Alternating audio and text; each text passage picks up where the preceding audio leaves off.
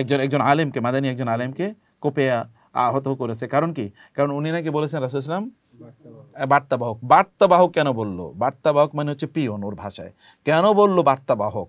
এইটা সে বলছে যে আমি তারে মায়েরা ইয়া রাসূলুল্লাহ, আমি যদি আপনার জন্য জীবনও দিতে পারি তাইলেও আমি শহীদ হব। মানুষ কোন লেভেলের মানে জাহেল হলে এরকম একটা পরিস্থিতি মনে করে? আইয়ামে জাহিলিয়া কি, যেই যুগে রাসূলুল্লাহ সাল্লাল্লাহু আলাইহি ওয়াসাল্লাম জন্ম নিয়েছেন এবং সেই যুগের সমসাময়িক বিশ্ব প্রেক্ষাপটটা কী ছিল। যেমন আমরা যদি ইন্ডিয়ান সিভিলাইজেশনের কথা বলি, ইন্ডিয়ান সভ্যতা, এই সভ্যতা আসলে কী ছিল? যেমন এখানে আসলে ছিল হিন্দু ধর্ম, এবং হিন্দু ধর্মের এখানে প্রভাব ছিল। তার পাশাপাশি একটা নতুন ধর্ম ব্যবস্থা এখানে তৈরি হয়েছিল, যেটা কি বৌদ্ধ ধর্ম।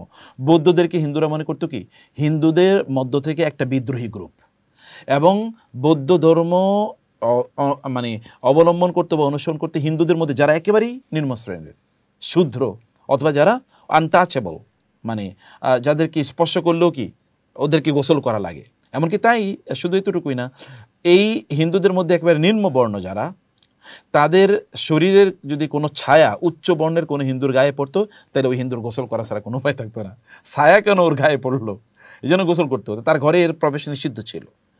এইরকম এমনকি গোসল করতে গেলে তার গায়ের পানির ছিটে যদি এই হিন্দুর উপর পড়তো, তাইলে এই হিন্দু মানে এই উচ্চবর্ণের হিন্দুকে অপবিত্র হয়ে যেত, তাকে আবার নতুন করে আবার স্নান করতে হতো, মানে গোসল করতে হতো। এই হিন্দুদের পরিস্থিতি এমন ছিল যে উচ্চবর্ণের হিন্দুরা তারা অন্য নিম্নবর্ণের হিন্দুদেরকে শাসন করত। যদি নিম্নবর্ণের হিন্দুরা কোনো কারণে সম্পদের দিক থেকে বা জ্ঞানের দিক থেকে উচ্চবর্ণের হিন্দুদের চেয়ে একটু উঁচুতে উঠে যেত, তাহলে তোকে হত্যা করা হতো। তুমি ওর চেয়ে কেন উঠে যাওয়া? তোমার তো ওঠার কথা ছিল, তাহলে তুমি কী করছো?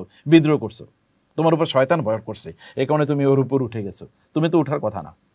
মানে এইরকম একটা নির্যাতন এবং নিপীড়ন ছিল।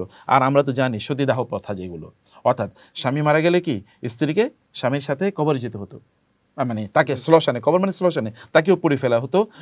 এবং ওই নারীরা নিজেদেরকে স্বেচ্ছায় অথবা তারা সামাজিক প্রথার কারণে বাধ্য হয়ে তারা তাদের নিজেদেরকে শ্মশানে গিয়ে পুড়িয়ে দিত, এই কারণে সে যে সতী এটা প্রমাণ করার জন্য। এবং আমরা জানি যে এটা ওই যে মানে ঈশ্বরচন্দ্ররা এসে পরবর্তীতে এসে এগুলোর বিরুদ্ধে তারা বিভিন্ন কাজ টাজ করেছে, এবং তখন এই সমাজে এই প্রথাটা কিছুটা ইয়ে হয়েছে। এখনও কিন্তু হিন্দু ধর্মে কি যৌতুক প্রথা, মানে নারীদেরকে মনে করা এটা হচ্ছে বাবাদের জন্য কি একটা বোঝা, বা কোনো পুরুষের জন্য বোঝা। অতএব এই পুরুষ যখনই কোনো নারীর দায়িত্ব নেবে, অথবা যদি কোনো নারীর বোঝা কোনো পুরুষের উপর পড়ে, তাহলে ওই পুরুষকে একটু সাপোর্ট দেওয়া দরকার। এই কারণে বাপের বাড়ি থেকে মানে ওই মেয়েরা তারা প্রচুর পরিমাণে যৌতুক আনতে হতো। অথবা বিয়ে করলে তোমার মেয়েটা যেহেতু আমি আমার গলায় নিচ্ছি, এর গলায় ফাঁস বোঝা, অতএব কি তুমি আমাকে যৌতুক দাও। আমাদের এই যে মুসলমানদের, আমাদের পৃথিবীতে আর কোথাও যৌতুক নাই, কেবল এই আমাদের ইন্ডিয়ান সাবকন্টিনেন্টে আছে। কারণ এখানে কারা আছে? হিন্দুরা, হিন্দুদের কাছ থেকে এটা শিখেছে লোকেরা, যে এরকম যৌতুক দেয়া লাগে। তো এটা একটা সিভিলাইজেশন বলা যায়। হিন্দু ধর্মে 33 কোটি দেবতা আছে। কত কোটি? 33 কোটি। কেবল একটা গরুর মধ্যে 3 কোটি দেবতা আছে। আচ্ছা, গরুর মধ্যে 3 কোটি দেবতা কি জিনিস, কি কি এই দেবতার নাম কি? কিছুই বোঝা যায় না। ফলে এইরকম একটা সভ্যতা পৃথিবীতে ছিল। এবং এখনও তো আমরা দেখি এত সভ্য লোক, এত সভ্য জগৎ, তারপরে গরুর গোবর দিয়ে তারা পবিত্র হয়, অথবা গরুর পেশাব তাদের খেতে হয় তাদের ইয়ে হওয়ার জন্য। এবং এই ধর্মে এখনও সবচেয়ে সাধু সন্ন্যাসী কারা? যারা উলঙ্গ থাকে। এবং উলঙ্গ লোকদের অন্যরা গিয়ে কি মানে মহিলারা পর্যন্ত তাদেরকে গিয়ে সেজদা করে, বা তাদের সামনে গিয়ে কর্নিশ করে। মানে এরকম একটা মানে জগা খিচুড়ি একটা জীবন ব্যবস্থা বা ধর্ম এখানে ছিল। আমরা যদি চাইনিজের কথা বলি, জোরাস্ট্রিয়ানিজম, সেটাও একই, ঠিক মানে কেবলমাত্র কবর কেন্দ্রিক তাদের কিছু প্রোগ্রাম আছে, আর বাইরে কিছুই নাই। ওই জরাস্থ ধর্ম, এখানে আসলে কোনো কিছুই ছিল না। ফলে ওইখানেও মানুষকে উদ্ধার করা বা মুক্তি দেওয়ার মতো কোনো পথ মানুষের সামনে জানা ছিল না। আর যদি আমরা পৃথিবীর অন্য জায়গার কথা বলি, তাহলে যদি আমরা রোমান সভ্যতার কথা বলি, তাহলে এটা মাচমোর কি হয়ে গেছে, এটা একটা ক্যাথলিক, মানে এটা আসলে একটা মূর্তি পূজার ধর্ম হয়ে গেছে।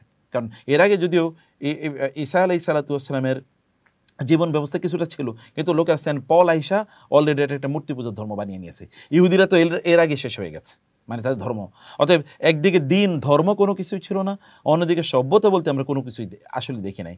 তখনকার মানে ইউরোপ তো ছিল এটা অন্ধকারে নিমজ্জিত, কেবল তারা মারামারি। এমনকি ইহুদির তৎকালীন ইউরোপে মানুষ এমনভাবে মারামারির মধ্যে নিমজ্জিত ছিল যে তারা এক দল আরেক দলকে, ইহুদি এবং খ্রিস্টানদের মধ্যে প্রচুর পরিমাণ মারামারি ছিল। খ্রিস্টানরা সেখানে বিশ্বাস করতো, খ্রিস্টানদের নিজের মধ্যে মারামারি ছিল। খ্রিস্টানদের মধ্যে একদল মনে করতো ঈসা আলাইহিস সালাতু ওয়াস সালাম কি আল্লাহর সন্তান, আল্লাহর সন্তান। আরেক দল মনে করতো না ঈসা আলাইহিস সালাম আল্লাহর সন্তান না, তিনি কি আল্লাহর নবী। এই দুই দলের মধ্যে মারামারি হতো। এমনকি যারা মনে করতো আল্লাহর সন্তান তাদের মধ্যে মারামারি হতো এরকম।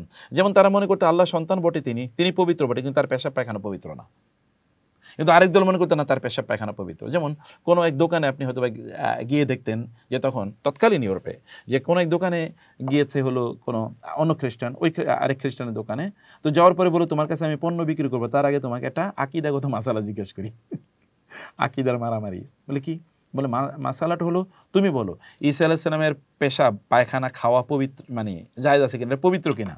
তো যদিও বলতো না পবিত্র, অপবিত্র, তখনই ওরে ধরে ওইখানে মেরে ফেলতো, বলে তোরকে হত্যা করা যায়। আমাদের দেখছে না কয়েকদিন আগে ওই যে চাঁদপুরে কি করেছে এক লোকেরে, একজন আলেমকে, মাদানী একজন আলেমকে কোপে আহত করেছে। কারণ কি? কারণ উনি নাকি বলেছেন রাসূলুল্লাহ সাল্লাল্লাহু আলাইহি ওয়াসাল্লাম বার্তাবাহক। বার্তাবাহক কেন বললো? বার্তাবাহক মানে হচ্ছে পিয়ন ওর ভাষায়। কেন বললো বার্তাবাহক? এইটা সে বলছে যে আমি তারে মায়েরা ইয়া রাসূলুল্লাহ, আমি যদি আপনার জন্য জীবনও দিতে পারি তাইলে আমি শহীদ হব। মানুষ কোন লেভেলের মানে জাহেল হলে এরকম একটা পরিস্থিতি মনে করে। আল্লাহ তাআলা তো রাসূল মানেই তো কি বার্তাবাহক। রাসূল শব্দের অর্থ কি? মেসেঞ্জার, বার্তাবাহক। রেসালা মানে কি? বার্তা। অতএব তিনি বার্তাবাহক, ওই একই কথা বলছে। সুবহানাল্লাহ। মানুষের পরিস্থিতিটা কি এইরকম? এর চেয়ে তাহলে এত 1500 বছর পরে যদি মানুষের মধ্যে এই অবস্থা থাকে, তাহলে ওই সময় কি অবস্থা ছিল?